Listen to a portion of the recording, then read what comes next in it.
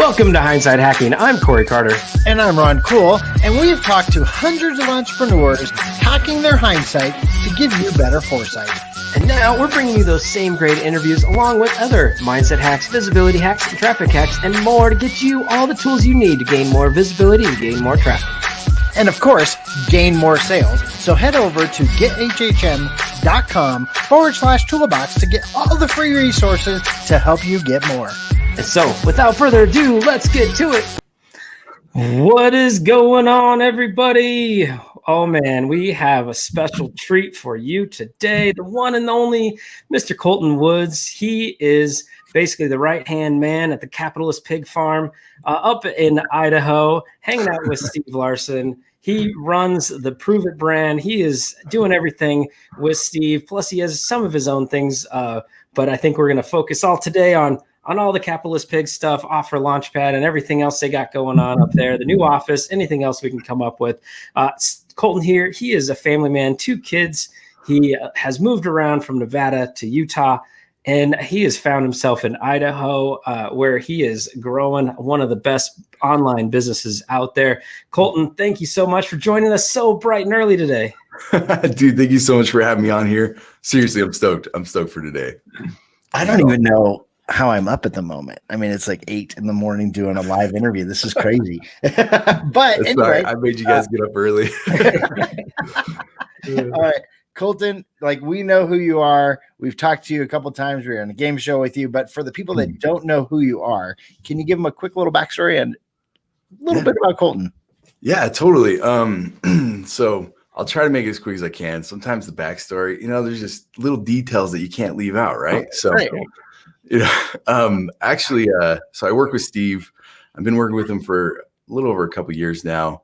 Funny enough, we actually met back in college when, that's kind of when I got started in the entrepreneurial game. I started doing my own like smartphone and tablet repair store, and it was just totally brick and mortar, which I have moved on from there since, but thank goodness, but I was just hustling in college.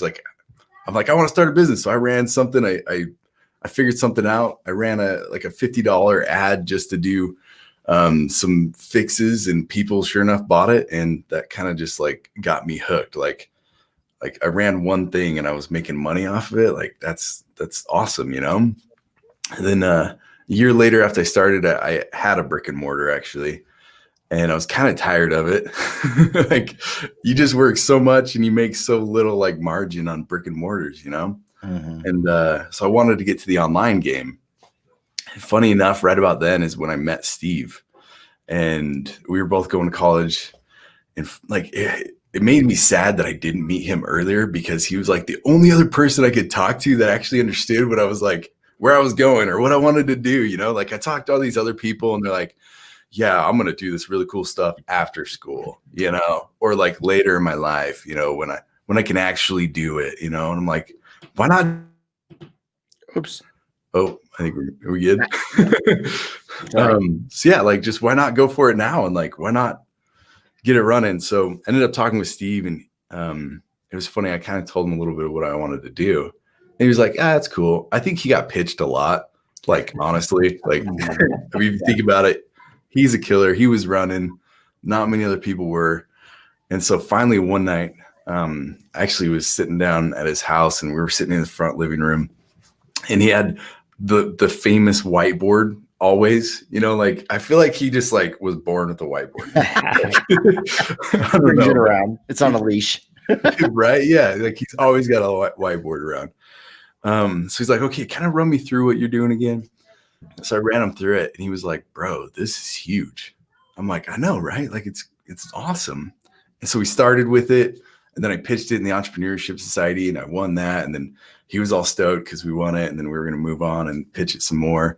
So we ended up clicking go on our 14-day free trial with ClickFunnels. And this was back in the, when it first was coming out, And we, like he says, we kissed our wives goodbye. 2 weeks, we're going to see you later. And we just put our heads down and got things running. And it was break even by the time we launched it, 14 days, we had something built, running, and people paying us. It was crazy, And so that was that was like my first online experience, you know. The only problem with that is it didn't grow enough, and we found out it was too much of a pain point. Yeah, there's a lot of stuff behind it. We've learned tons since then. Anyway, so we split. He went to ClickFunnels. I went and did some of my own stuff. Worked with my brother, helping him with marketing things. And after a couple of years of him being at ClickFunnels, he was like, "Hey, I'm going back on my own, dude. You want to come, like, you know, do this with me?" And I'm like, "Are you kidding me, bro? Like, of course. Like, I'm all in, you know." So yeah, we ended up making it happen. I moved out to Boise and been here for a couple of years now, a little over a couple of years, and we're stoked. We're getting things running. So Nice. that's a little bit about me there. Yeah. So good. I had no idea you were part of that first funnel of with Steve. So even back then, Crazy, man. I mean, I knew like from when he left ClickFunnels that you were the first and only, but I didn't realize even back then. So that is so cool. So you had a brick and mortar business even while you were in college. Yeah. Yeah. And that's insane. Just so many of us, myself included, like you said, nobody's going to do anything until after they finish school, because I mean, even if you're not finishing school, just being in school and trying to do both at the same time, like, how did you manage that? You know, it was a lot of work. And I wasn't very much the person of, I want to get A's. I'm literally like, I'm here to learn and to apply what I'm learning, not to just get an A, you know? So I definitely got lots of B's and C's, maybe a D or two in there. You know, I'm not going to lie, but it was a lot of work. But what I found was cool about it actually was I was going to these business classes. So I was in business management. My emphasis was actually in entrepreneurship, which was like a new emphasis at that time. So I was all excited. And what was cool was, like, I would show up to class, and I remember one teacher, I had a few teachers that would do this, but I remember one teacher, he would literally be teaching something. And I'm like, oh yeah, this is, like, I totally get this, you know, like I do it already, you know, like this is easy. And then the kids next to me are like, this is mind blowing. Like, I have no idea like what is going on. And he would like have me get up and teach the class sometimes, like literally like, hey, Cole, you run stuff, like come up here, tell us how you do it. And I'm like, okay, you know, like sure. But I found that I learned a ton more, and it applied so much more by actually doing it. So I liked it. I learned it. So cool. What a way to implement. Yeah, no kidding. No kidding. Yeah. I had a belief that I could start something. And so I ran after it. No, I love one of the things you said, and it might be a takeaway later, where apply what you learn, don't just get the grade, right? And I think so many people are just out there polarizing on that grade. They forget to actually learn stuff and then apply it. Yep. Right. So gosh, that was awesome. Let's see. The other thing, I want to go back to that 14-day challenge where you pushed go, because Corey and I found ourselves there, and you know, he did a 14-day challenge, and then I did a 14-day challenge, and I did that much stuff. I did not. What does this consist of? Zero. My 14-day challenge was over before I even understood what I was doing. I was like, oh my gosh, what just happened? Right. So I love that you were able to just like sit down, nail it out. And in 14 days, I mean, those 14 days probably changed the rest of your life. Oh yeah, totally. So tell us now, Coulton, like obviously you're out there doing stuff with Steve and for everything up there in Idaho, but you're on Instagram. You're doing lives. You're doing stuff. Like, where's your own podcast? I'm surprised Steve hasn't pushed you to do that. Like, what's your road to doing all that publishing and aspect stuff? You know, it's funny. I think it was 3 years ago at Funnel Hacking Live now. I was at Funnel Hacking Live. It was the one in Florida. I don't know if you guys were there or not, but Russell gets up and he's like, y'all need to start publishing right now. And I was like, he's like, just pick a platform and just start doing something. And obviously I'm with Steve and he's the publishing king, you know? So it's like, you kind of have to, you know? So I remember I was like, you know what? I'm just gonna like find something that I can do easily and consistently that will help me. So I started Instagramming that day. I had never done an Instagram story before that, literally never. And what was crazy, like now looking back on it, like that was the most like awkward thing for me ever was, hey guys, like I'm holding this camera and I'm like looking at myself and I'm talking to this phone, you know, and I'm just saying stuff and I don't know if anybody cares or not, you know, like I have no idea. And it was definitely a little awkward for a while, but if I go look back at my story then versus now, I have changed so much. And it literally helped me change so much because I just got used to being in front of a camera. I got used to just talking or just coming like just out of the blue, like talking about something, you know?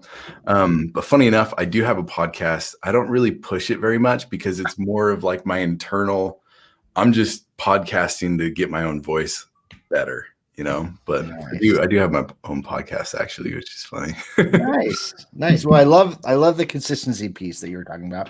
We've talked about that, but I do want to touch base on something I saw on Instagram is those killer lights on the ceiling. So literally, I thought it was like skylights all over the place.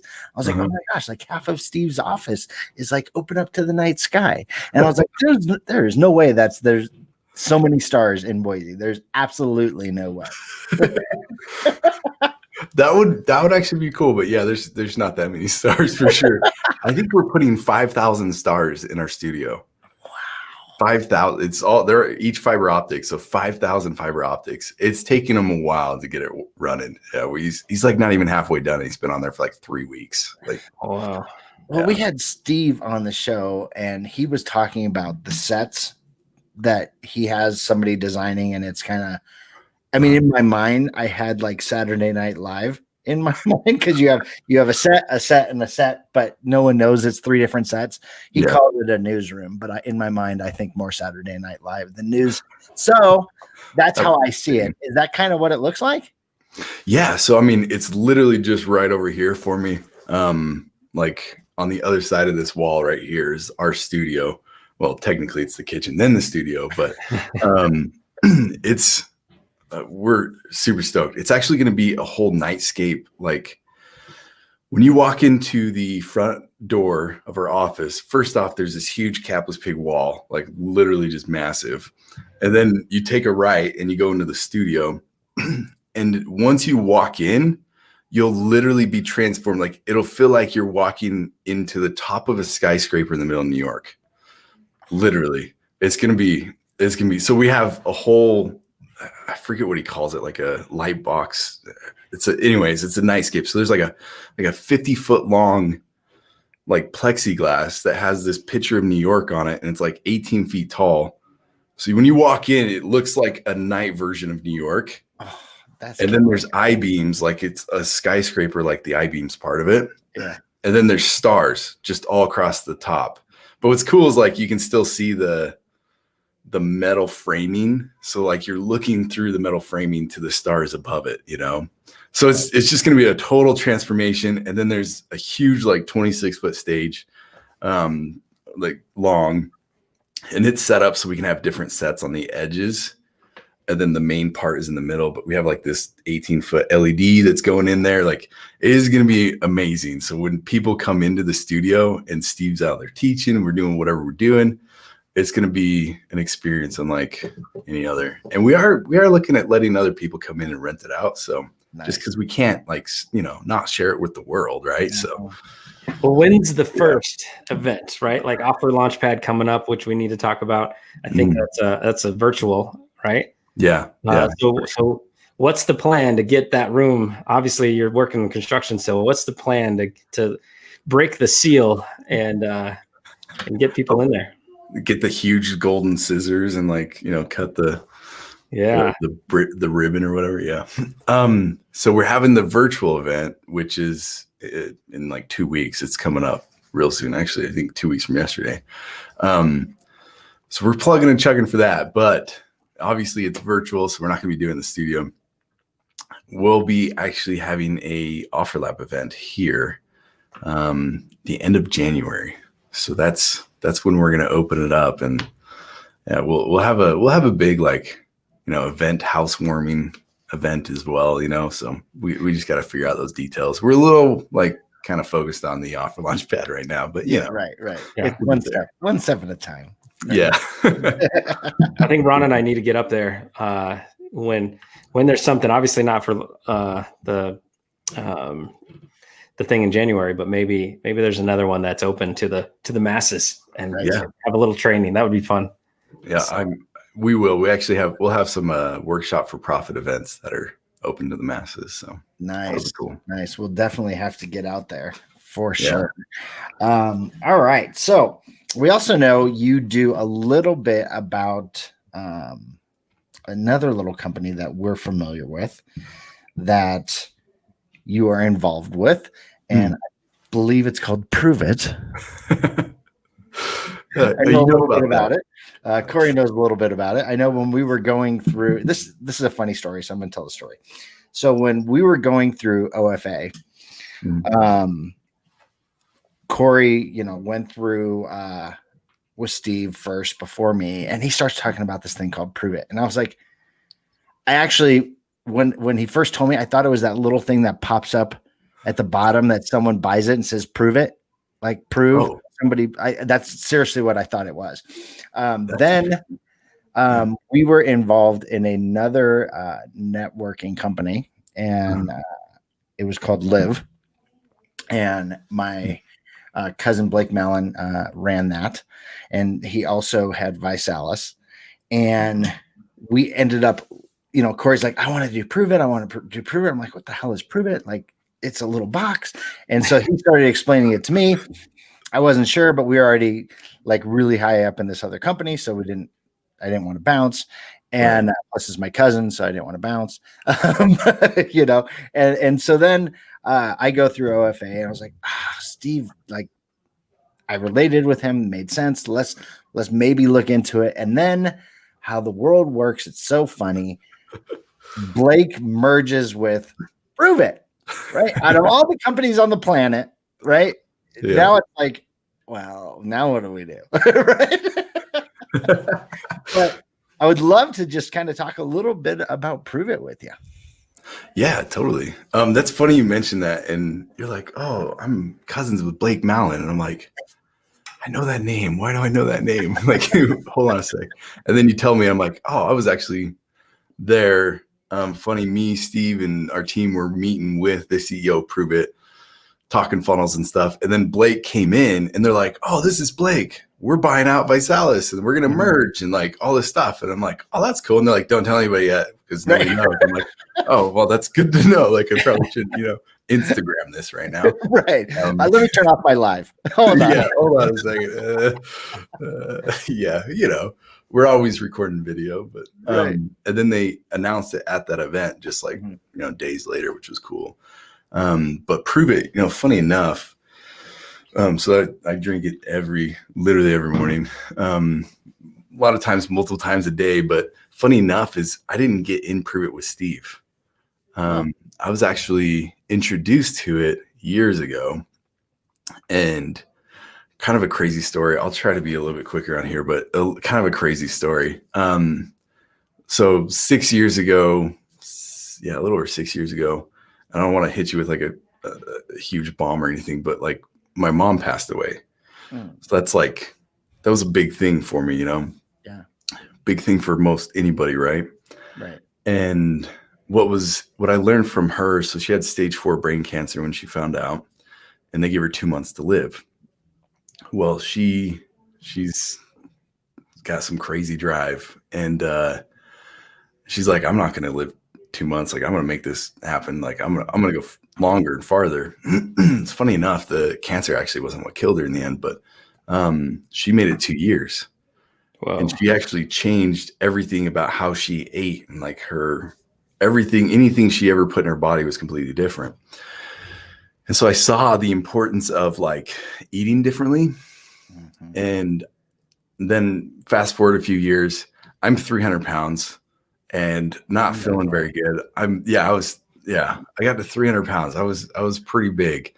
And I woke up one night literally choking on my stomach acid. Like like I had such bad heartburn and just, I was just doing bad. I'm there. Say what? I'm there with the heartburn, man. Holy smokes. Dude, heartburn sucks. Like, it is bad. Yeah. So anyway, like, I'm like, I've got to change something. Like, this is not working out for me, like the full 44 ounce of Dr. Pepper Mountain Dew every morning. Like, that's probably not a good thing to be doing, but I did it. And so I went on this, like, kind of just trying to find a diet that I could do. And I'll tell you what, diets suck. Like, who wants to do a diet? Like, they're not fun at all. Like, I would go for a week and then I'm just like literally craving something that I couldn't have so bad that I'm like, I'll just take a little tiny bit of it. And then pretty soon I'm like eating the whole package, like, and I'm like, that diet sucks. Whatever, I'm done. None of us are skinny right here, so we get it. Right. And I love food. Like, I can't not eat food, like, anyway, I'm a total foodie. So I love food. So that night when I woke up choking on my stomach acid, I'm like, I'm literally going to kill myself. Like, if I don't stop, just because I was getting so bad. And, funny enough, so I was trying all these different ones. My cousin was like, hey, you should try this diet, but then also drink this drink with it. I was like, okay. So I bought some stuff from her. And then funny enough, it was Prove It drink. And she was teaching me how to do like the keto diet. So they are separate, but when you do the keto diet, after a couple of weeks or so, your body starts naturally making ketones. And Prove It is what, like, you can drink it and you instantly get ketones, which is super cool. And like, I mean, there's only two different fuels your body can run off of, glucose and ketones. And so like glucose is like going to the gas station and, filling up with regular fuel.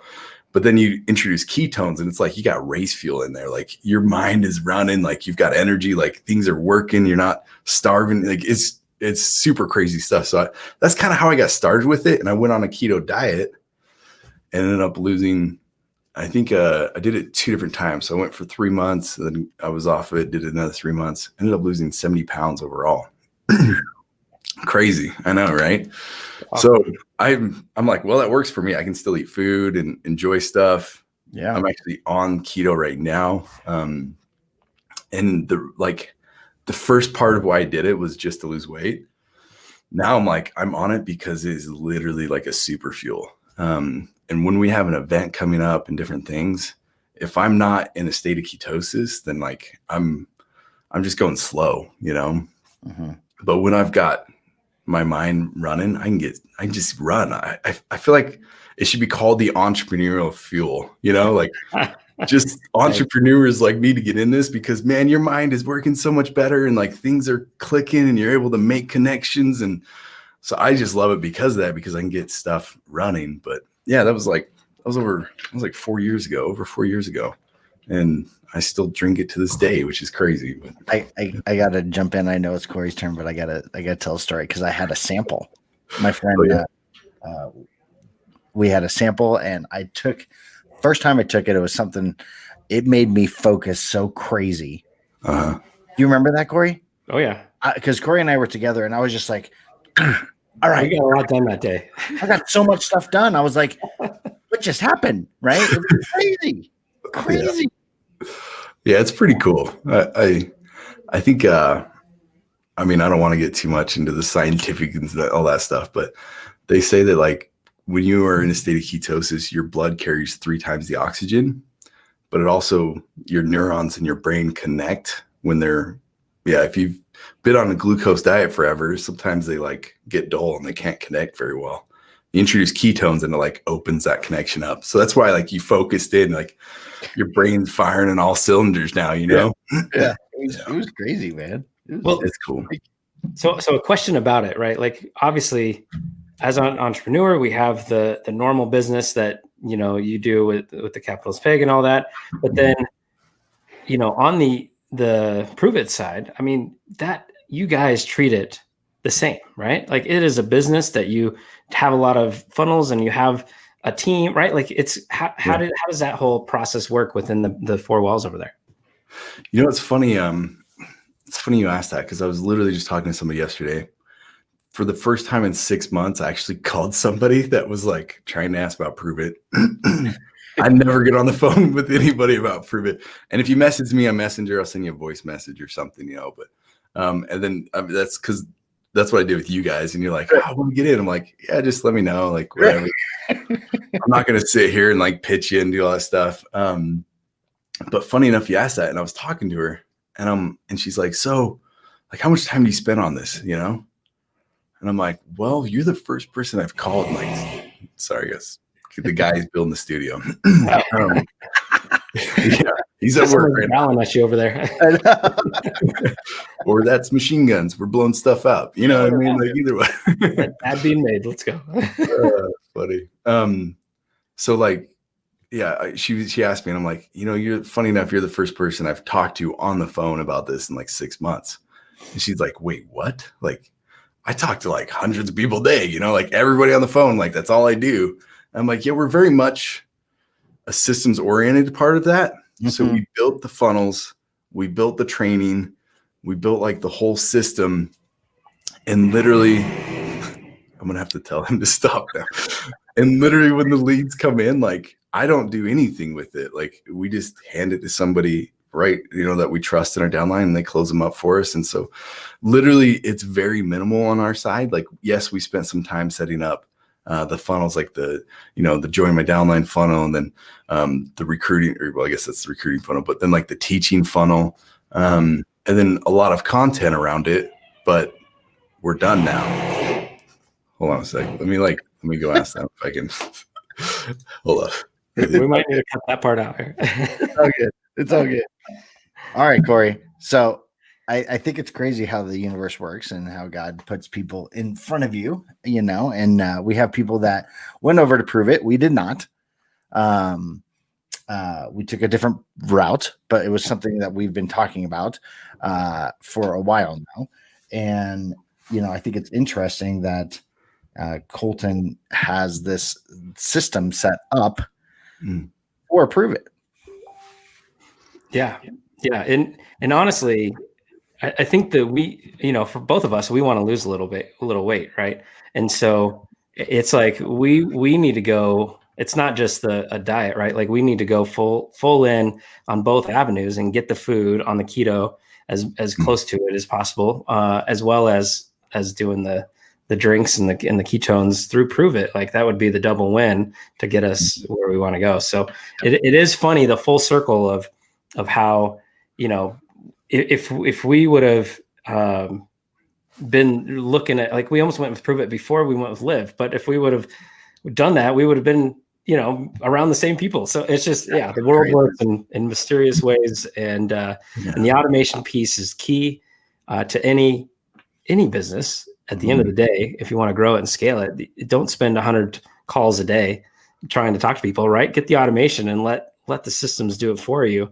And that's what really attracted me to the whole piece and the MLM hacks and all that fun stuff that you guys did.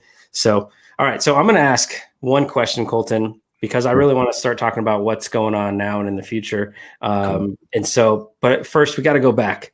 We all know hindsight's 2020. So if Coulton could go back in time with the knowledge of what you have now, and in that hindsight, what would you do? What advice would you give to a younger Coulton? When would you go back to? Was it be the Coulton in college and be like, get out of the brick and mortar and get online? Like what advice would you give to a younger Coulton? You know, it's funny you say that, because a lot of times, like I look back at that time and I didn't know what was possible, honestly. And funny enough, I was talking to Steve about this yesterday.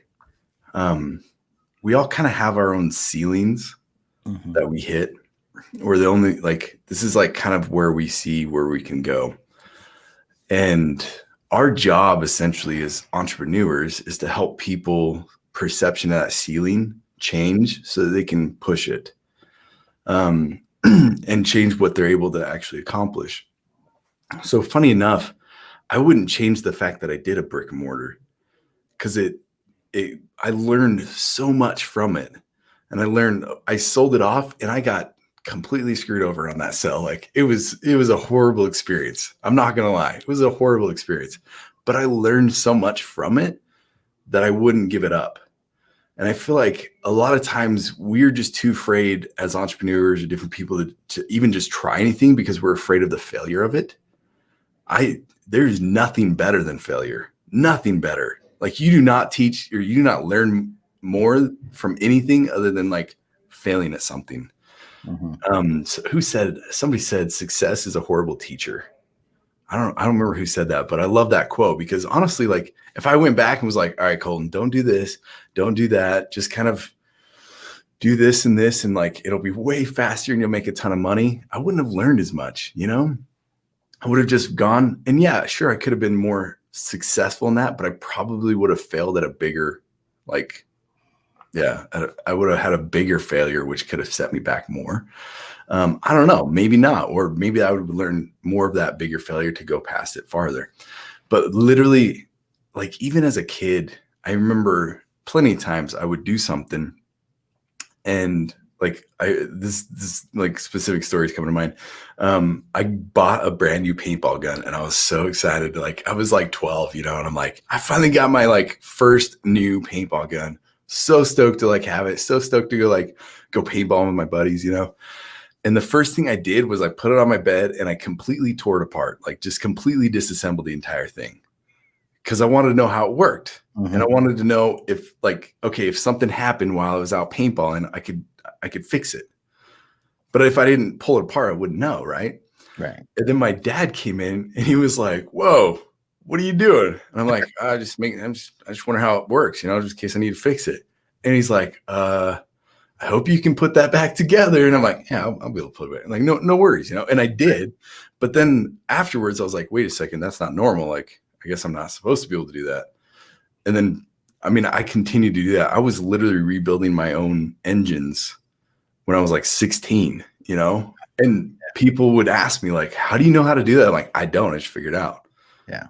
But like, I believed that I could do it. I believed that I could figure it out. So I went for it and I did it. And I may have failed a couple times. There was a couple times where I screwed some stuff up and I had to fix it, you know, like that just happens. But if I wouldn't have even tried, or if I didn't believe that I was able to do any of that stuff, like I wouldn't. So if I could go back to myself, I would help myself learn faster.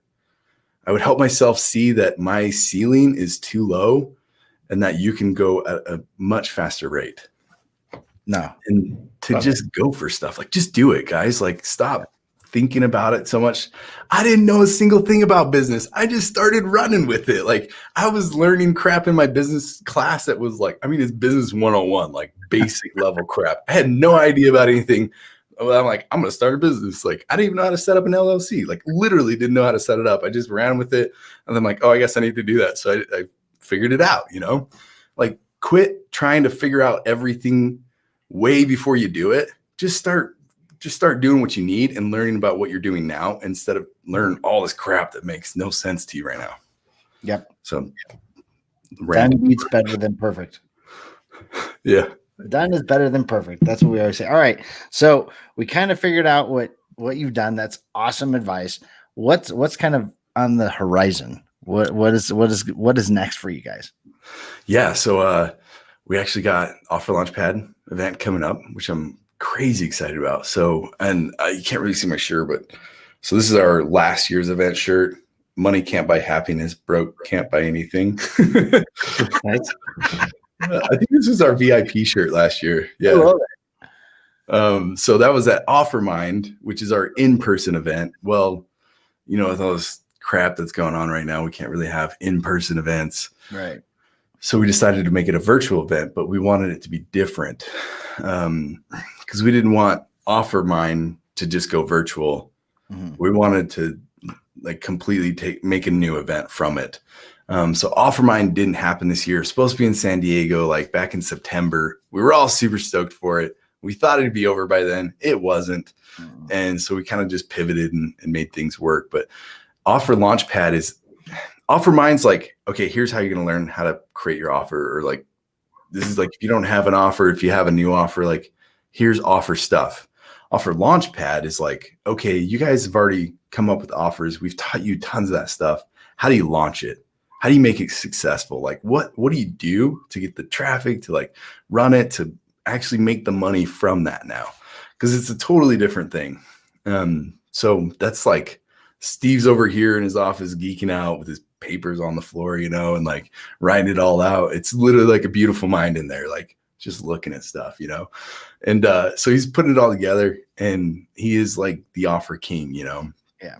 And he also knows how to launch stuff. Like he's really good at launching, and that's like the other piece that people need to know. And so that's what we're going for. We got like Blake Newbar coming in, Dan Henry's coming in, Alex Sharfin, Robbie Summers, Russell Brunson's actually speaking again. So that's like, it's gonna be no one of like huge importance is going to be speaking. It sounds like no, not at all. No, I mean, no, not big at all. That sounds like an MVP group of people talking. That's what that sounds like. Yeah. So we do have a question though. Is Coulton Woods speaking at the event? that is actually from the audience. That is from Are you the serious? Yeah. I had no idea.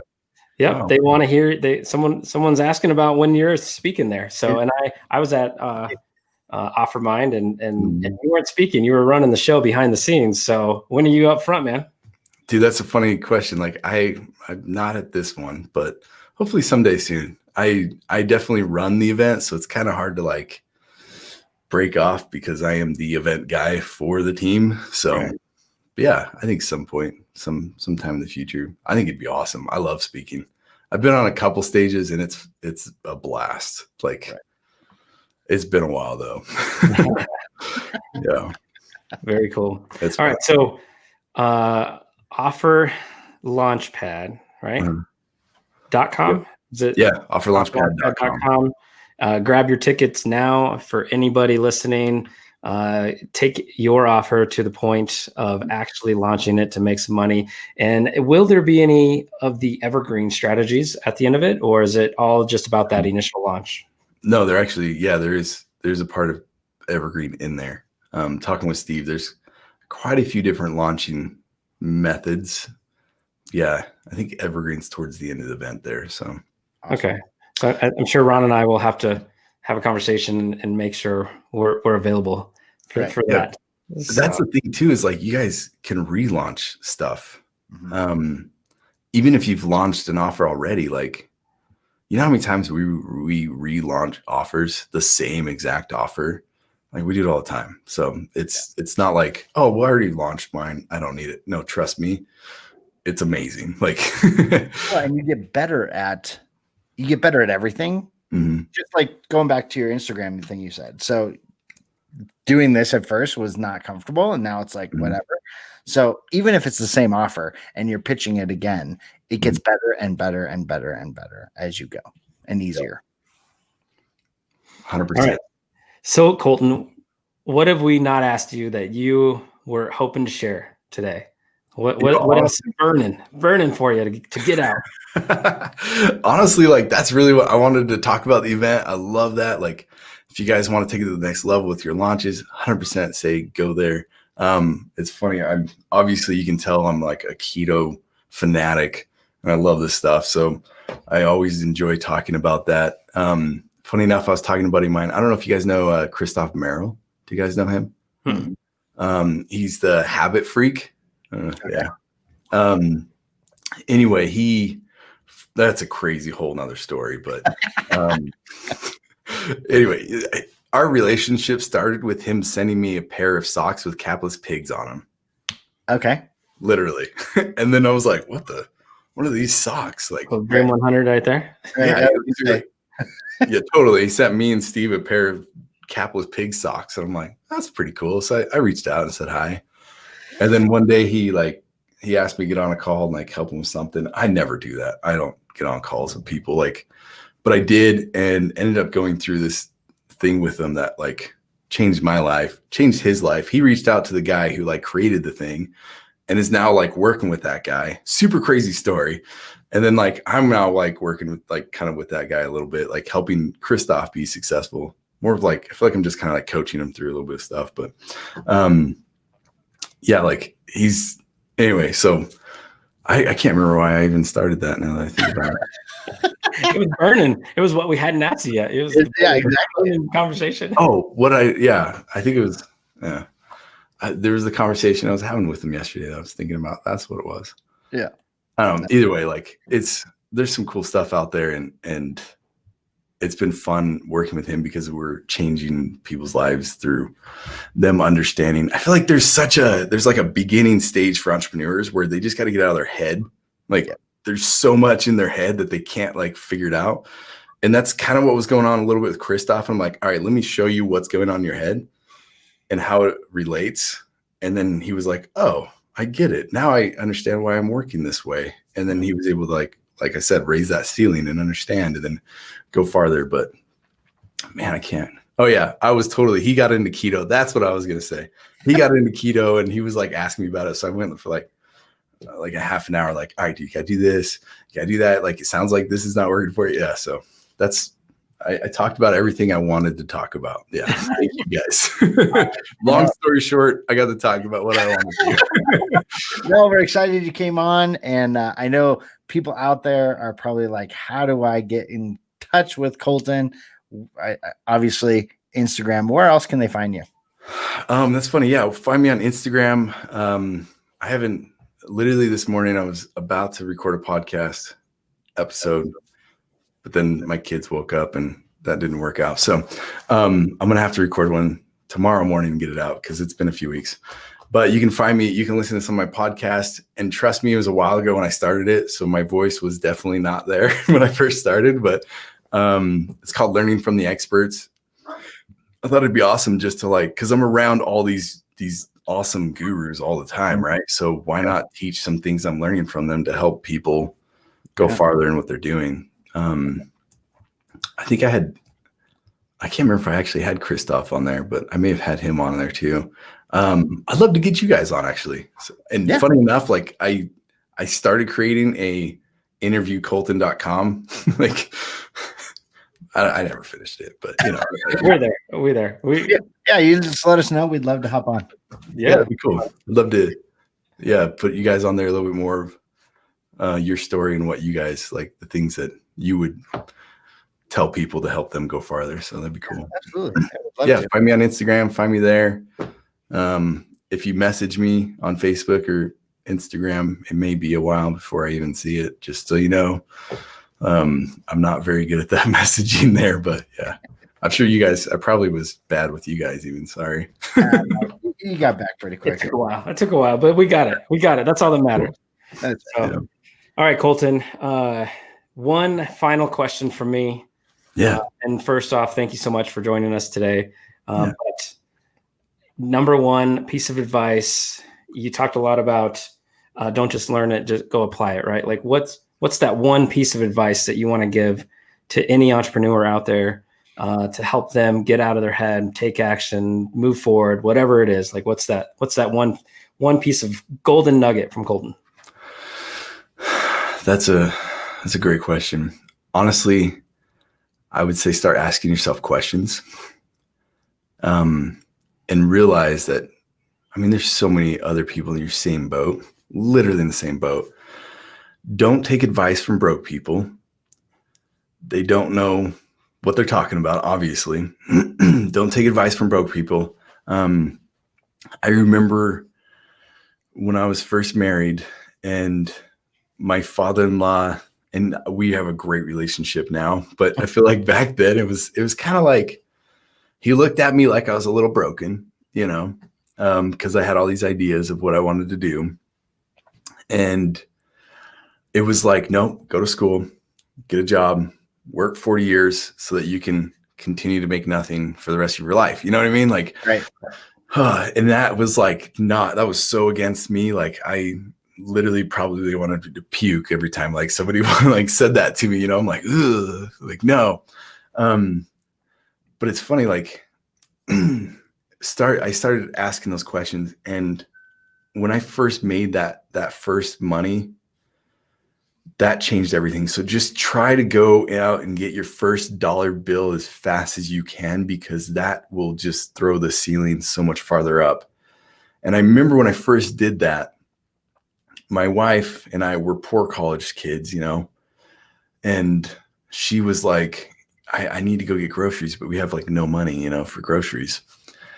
And it was the craziest thing. It was like Saturday morning. I still remember like we're like laying in bed still like, well, what should we do today? Well, I need to get groceries, and we don't have any money. And I remember like my phone chimed in the middle of this conversation, and I made like $300 off of a sell. Like right then I was like, what the like? And so I showed her, and that was when like her mind clicked. Like I could tell she was like, oh, this actually can do something for us, because she was totally against me. She was 100% her father, like you better not drop out of school. I didn't drop out, but you better not drop out. You better get a job and just work the job because it's safe, it's consistent, all this stuff, And when I first saw it, like made that first money, it changed both of our beliefs and put me on a path that you just can't, you can't look back on.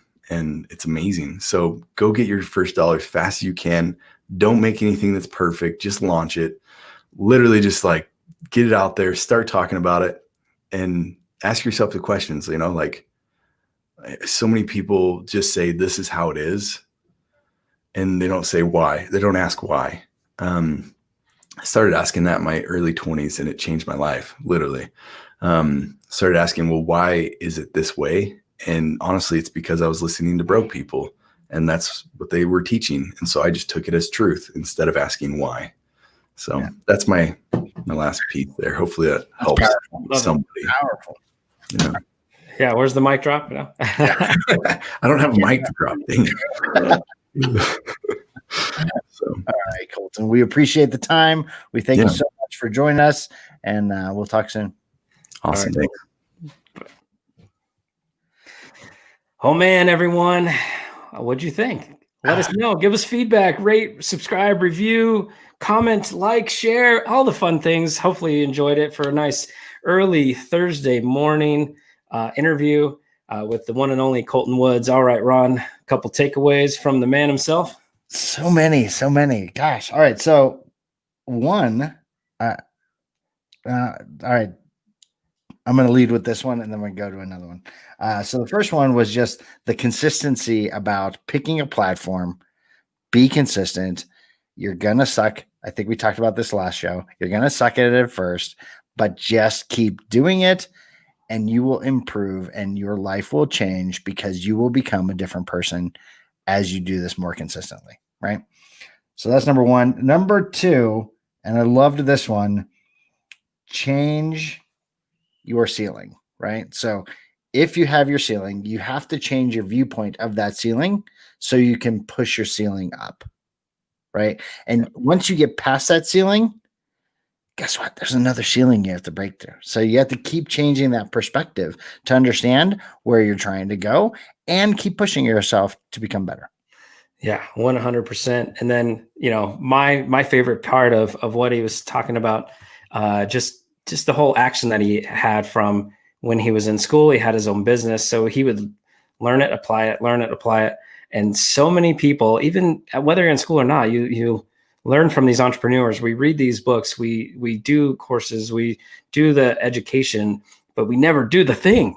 Right. We just do a lot of learning, and knowledge is great, but knowledge without action is nothing. So take that knowledge and turn it into action, turn it into something that you can actually move forward with. And so that was super evident of Coulton in college. And so anybody listening, learn something, do it, followed by, if you really want to ingrain it, teach it. Absolutely, guys. And we just wanted to thank you for being the best part of the Hindsight Hackers community. Bye, guys. Bye.